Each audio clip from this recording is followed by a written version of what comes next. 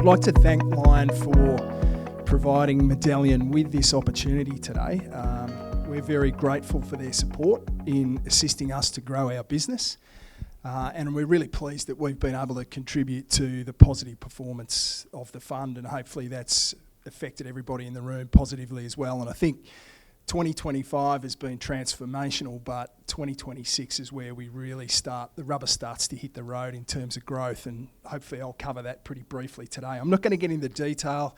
If you want that, go to the website or watch the YouTube presentations. I'm just going to tell you about what our business is and where we want to take it over the next couple of years.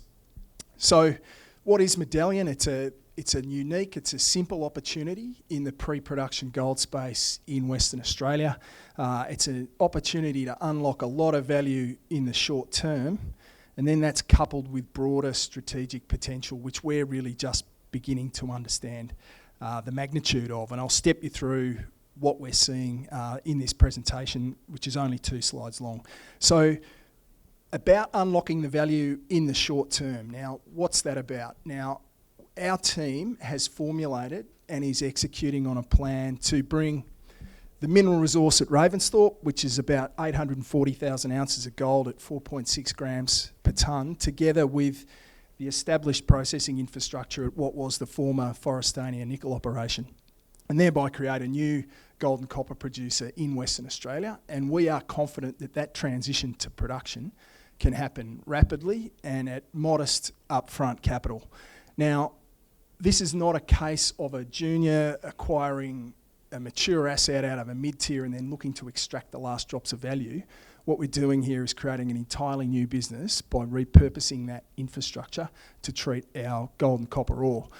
Now, the asset combination itself, it's on granted mining leases, it's clear from a heritage perspective. We've advanced the permitting substantially, and of course we are relying on a lot of established infrastructure, particularly at the Forrestania end. Now, the capital's modest to get us into production and to achieve that 75,000 ounce per annum run rate as a first step.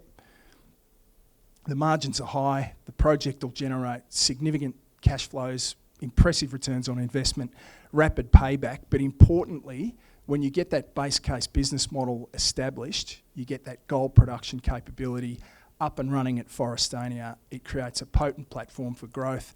A range of growth opportunities open up to the business at that point, both from within the ground that Medallion controls now, and then also from third-party deposits that are within economic trucking distance.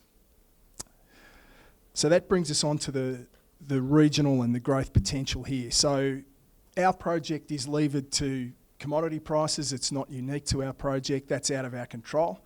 What it is also levered to is increases in the production profile, and that is in our control. That is increases in the rate of annualised metal production and increases in the mine life. And we've got a number of initiatives underway to manifest that when we get that gold production capability up and running at Forrestania. Now, the first and the most advanced of them is at Ravensthorpe itself.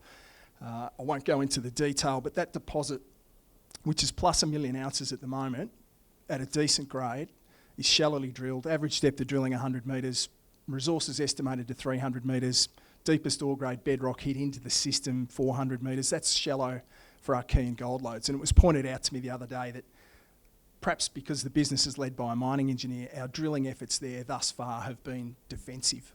We're going to change that. There's 2 drill rigs mobilising to site in January, and that drill program will have a strong extensional program to it, stepping out to 400 metres below surface and testing that deposit along strike length. Now, we expect the mine life will extend from extensions to that deposit through ongoing investment in drilling. The other initiative, which is earlier stage but potentially higher impact, that's at Forrestania. Now, as part of the deal with IGO, we will acquire all of the tenements associated with the Forrestania nickel project. That's 900 square kilometres of mineral tenements that straddle the Forrestania greenstone belt. This is a historical, fertile gold field that's been locked in a nickel business for a generation. It's one of those rare opportunities to get your foot on an underexplored greenstone belt in Western Australia, particularly as it relates to gold. There is a huge amount of data there, a huge amount of opportunity there tenements stretch for 160 kilometres north to south, 50,000 drill holes, only 9,000 have been assayed for gold, extensive geochem, geophysical data sets there. And then in addition to that, again, when you get that gold processing capability up and running at Forrestania, it brings into play the third-party deposits. There are numerous tenement consolidation opportunities here.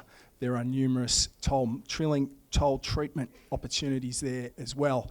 So with an opportunity like that, it does take time and balance sheet and requisite technical capability to systematically work through that process. But if you've got a 5 to 6 year mine life at Ravensthorpe, which we fully expect will extend, then that gives us the opportunity to work up that potential at Forrestania. And what we're aiming to do is have Forrestania self-sufficient in ore sources within 4 to 5 years. And then what we look to do there, Ravensthorpe, thank you Hedley, is certainly long infrastructure. So if Forrestania becomes self-sufficient in terms of ore sources, then we look to move the processing plant down to Ravy, where there's opportunities to establish a gold plant there, and then we replicate that business model, have 2 production centres going at that 80 to 100,000 ounce per annum run rate, and that builds a significant business in Western Australia. If we get it right, it's a platform for us to do more, or alternatively, it's an asset that someone else has to own. So I'll leave it at that, Hedley. Thank you, Paul. Oh yeah, grab the bat, mate, because this one's coming right at your head. He knows what he's doing too. I might put this first one down the leg side so he relaxes a bit. I was going to ask you a question about the future, so I'm going to have to twist that a bit because you've already pitched a bit of that. But the way that you've combined Medallion's existing asset with an established process plant, I think has kicked off this fabulous transformation. And I think the way that you've delivered that positions you as a guy who looks like he's got a hat full of rabbits. So we're all looking forward to what you pull out of that. And you've just spoken about the upside in the region. You've got Ravy upside, there's the Forrestania belt. One of the things that I find fascinating is that from Forrestania, where you'll be processing, you keep going north and you come out in Southern Cross, and then there's more greenstone, arguably the same, that goes further north still. And that's about 300 kilometres of geology that's been overlooked by the mid-tier gold producers. I mean, if you go to the Murchison, if you go to Kalgoorlie, if you go to Leonora, they're all salivating about consolidation and who's going to combine with who, etc. You seem to be one of the most advanced in the whole district there. And I guess perhaps you could contrast for us in a bit of a, put me through the covers if you want, or just pat it away. It's up to you. But you're going to build a project, sure, and that looks valuable. You're going to explore too. But there's this opportunity to be putting your foot on something which could be far more big and regional. So I don't know if you've got any additional thoughts that you can provide us with there. Yeah, that is at the chin. There's some things that we just can't touch on at the moment. There's a lot of activity in the Forrestania area at the moment. It's a live, moving feast, really is. But I think there's 2 things that we need to keep an eye on to position ourselves to prevail in that part of the world. I think first is people. So it's a grassroots exploration opportunity. So we've made some appointments that bolster the team in that regard. People who've got a long history in the Forrestania greenstone belt, they know it well. We've plucked them out of the old western areas and IGO, and they're working for us now, so they can hit the ground running and they know where to go and how it all works. So that's been important. We've also bolstered the geological capability at the board level as well. So we know what we're looking at when these opportunities come across the desk.